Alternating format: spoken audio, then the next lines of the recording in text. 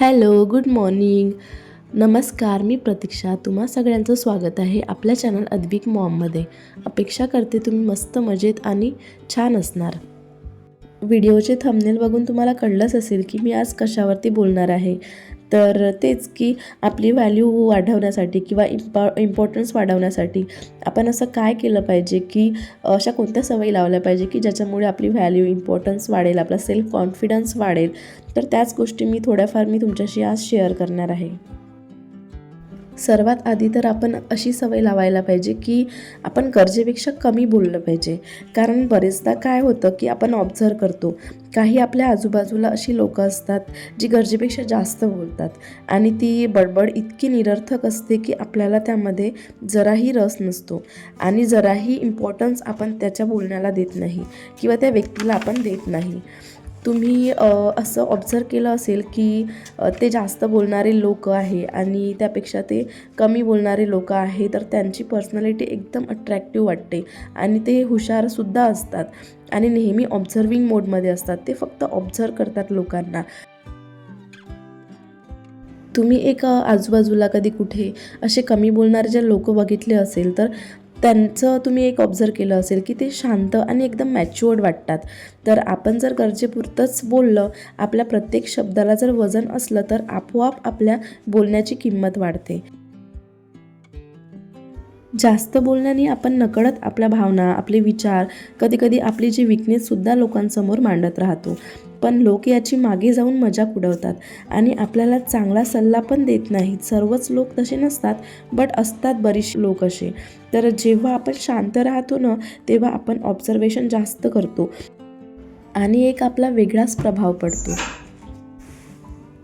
आपल्या तोंडातून निघालेले शब्द हे कधीच परत घेता येत नाही.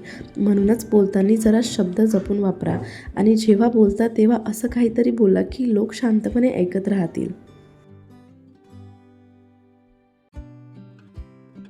त्यानंतर आपण आणखी एक सवय लावून घ्यायला पाहिजे. ती म्हणजे की आपले काही फ्युचर प्लॅनिंग्स असतात किंवा मग आपले काही फ्युचर गोल्स असतात, ते आपण लोकांपासून लपवून ठेवायला पाहिजे. लपवून इन द सेन्स की त्यांना आपण आपले प्लॅन सक्सेस व्हायच्या आधी सांगितलं नाही पाहिजे. ॲक्च्युली काय होतं की जेव्हा आपण सर्वांना आपल्याला काय करायचं आहे किंवा आपली प्लॅनिंग काय आहे, आम्ही हे करणार आहोत किंवा आम्ही ते करणार आहोत, त्यामुळे काय होतं की आपली एनर्जी आणि आपला फोकस आपण गमावतो. आपण बरेचदा असं ऐकत असतो की आपण आपले प्लॅन्स सांगितल्यानंतर कधी-कधी ते सक्सेस होत नाहीत. काही कारणामुळे असू शकते. असं नसतं की प्लॅन आपण बनवले आणि ते सक्सेस झालेच असं. काही कारणामुळे ते अनसक्सेसफुलसुद्धा होतात. त्याच्यामुळं मग काय होतं की आपलंच हसू झाल्यासारखं होतं आणि यामुळे आपणच डिमोटिवेट होतो. म्हणजे काय होतं की असं आपल्या डोक्यामध्ये विचार येते की आपण तर हे सांगितलं होतं, बट आपण ते करू शकलो नाही. मग याच्यामुळं काय होते की डिमोटिवेशन वाढते. आणि मग आपल्यालाच असं वाटतं की आपण कोणती गोष्ट सांगितली, ती चांगली जरी असेल तरी लोकं त्याची मजाक उडवतील किंवा मग लोकांना ती निरर्थक वाटेल.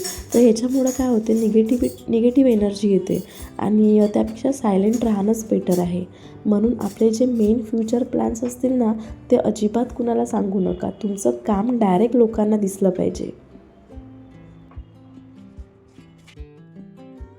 त्यानंतर दुसरी महत्त्वाची सवय म्हणजे आपली इमेज आणि आपली जे सेल्फ रिस्पेक्ट आहे ती सांभाळली पाहिजे. आपण सर्व आयुष्यात काही ना काही मिळवण्यासाठी मेहनत करत असतो. मीही करते, तुम्हीही करत असाल. पण या सगळ्यामध्ये एक गोष्ट सर्वात महत्त्वाची आहे, ती म्हणजे आपली इमेज आणि आपली सेल्फ रिस्पेक्ट. कारण लोक आपल्याला ओळखतात ती आपल्या नावाने नाही, तर आपल्या वागण्यातून, आपल्या कामातून, आपल्या राहणीमानातून आणि सर्वात महत्त्वाचं आपल्या बोलण्यातून. तुमचा पैसा, तुमचं काम हे तर मेन घटक आहेतच. यामुळे आपली किंमत वाढतेच.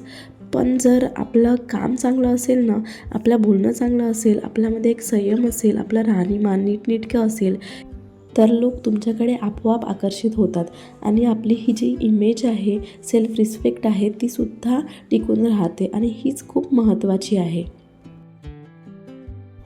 आणि ती जपणंही आपल्याच हाती असते.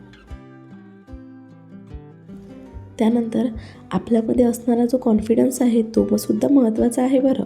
कधीकधी आपल्याला स्वतःबद्दल शंका असते की मी असं करू शकेल का, किंवा माझ्याने हे होणार का, मी करू शकते की नाही करू शकत. पण एक नेहमी लक्षात ठेवा, जो व्यक्ती स्वतःवर विश्वास ठेवतो ना, त्या व्यक्तीला इतरांची गरजही पडत नाही आणि तो व्यक्ती आयुष्यात खूप पुढे जातो. म्हणून माझं असं मत आहे की अहंकार नाही, पण स्वतःच्या कामाची एक जाणीव असली पाहिजे. तुम्ही स्वतःला जसं पाहता तसं जग तुम्हाला पाहतं. तुम्ही जर स्वतःला कमी समजत असाल तर लोकही तुम्हाला तसंच समजतील किंवा तुमच्याशीही तसंच वागतील. पण जर तुम्ही स्वतःबद्दलच आदर दाखवला ना, तर लोकही तुमच्याकडे त्याच आदराने किंवा त्याच नजरेने बघतील. त्याच्यामुळं नेहमी कॉन्फिडन्स हा महत्त्वाचा आहे. तर तो तुम्ही स्वतःला कमी समजू नका. नेहमी लक्षात ठेवा, जो स्वतःचा आदर करतात लोकही त्याचा आदर करतात आणि मग काय होतं, तुम्हाला तसंच वागवतो जसं तुम्ही स्वतःला दाखवता.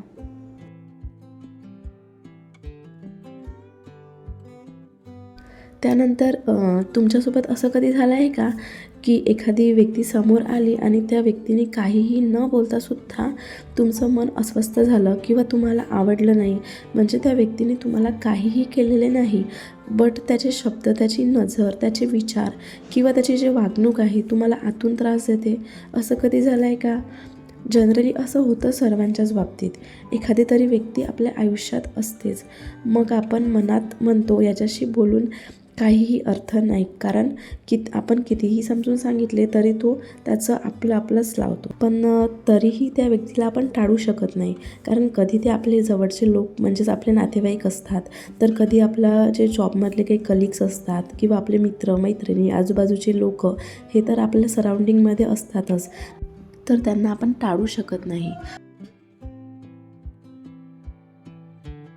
आणि सर्वात जास्त त्रास तर तेव्हा होतो जेव्हा हे लोक ना आपले विचार, आपल्या जीवनपद्धती, आपले निर्णय आपल्यावर लादण्याचा प्रयत्न करतात. त्यांना असे वाटतं की जे त्यांच्या दृष्टिकोनातून योग्य आहे तेच सगळ्यांसाठी योग्य आहे. मग आपण एखाद्या वेळी स्वतःलाच विचारतो की माझी काय चूक आहे, मी जास्त सेन्सिटिव्ह आहे का? तर नाही, सगळे लोक वाईट असतात असं नाही, पण सगळे लोक आपल्याला जुळून घेणारेच असतील असेही नसतं. आणि अशा न पटणाऱ्या, न आवडणाऱ्या लोकांसोबत राहताना आपण स्वतःला कसं सांभाळायचं आहे हे महत्त्वाचं आहे. त्यासाठी मग आपण अशी सवय लावायला पाहिजे की सर्वांपासून थोडं अंतर ठेवायचं. म्हणजेच नेहमी अवेलेबल राहू नका. आपल्याला असं वाटते की सर्वांना मदत केली पाहिजे, सगळ्यांमध्ये नेहमी मिसळलं पाहिजे किंवा आपण अवेलेबल राहिलं पाहिजे, तर असं नाही. बघा कसं असते ना की जे सहज मिळतं त्याची किंमत कुणीच करत नाही. एक छोटंसं उदाहरण मी आपल्यावरून देते की जेव्हा लहान होतो तेव्हा काय व्हायचं की पर्टिक्युलर दिवाळीला किंवा दसऱ्याला अशा सणाच्या दिवशीच फक्त नवीन ड्रेस मिळायचे आणि त्या ड्रेसची किंमतही असायची. पण आताच्या मुलांना असं नसतं.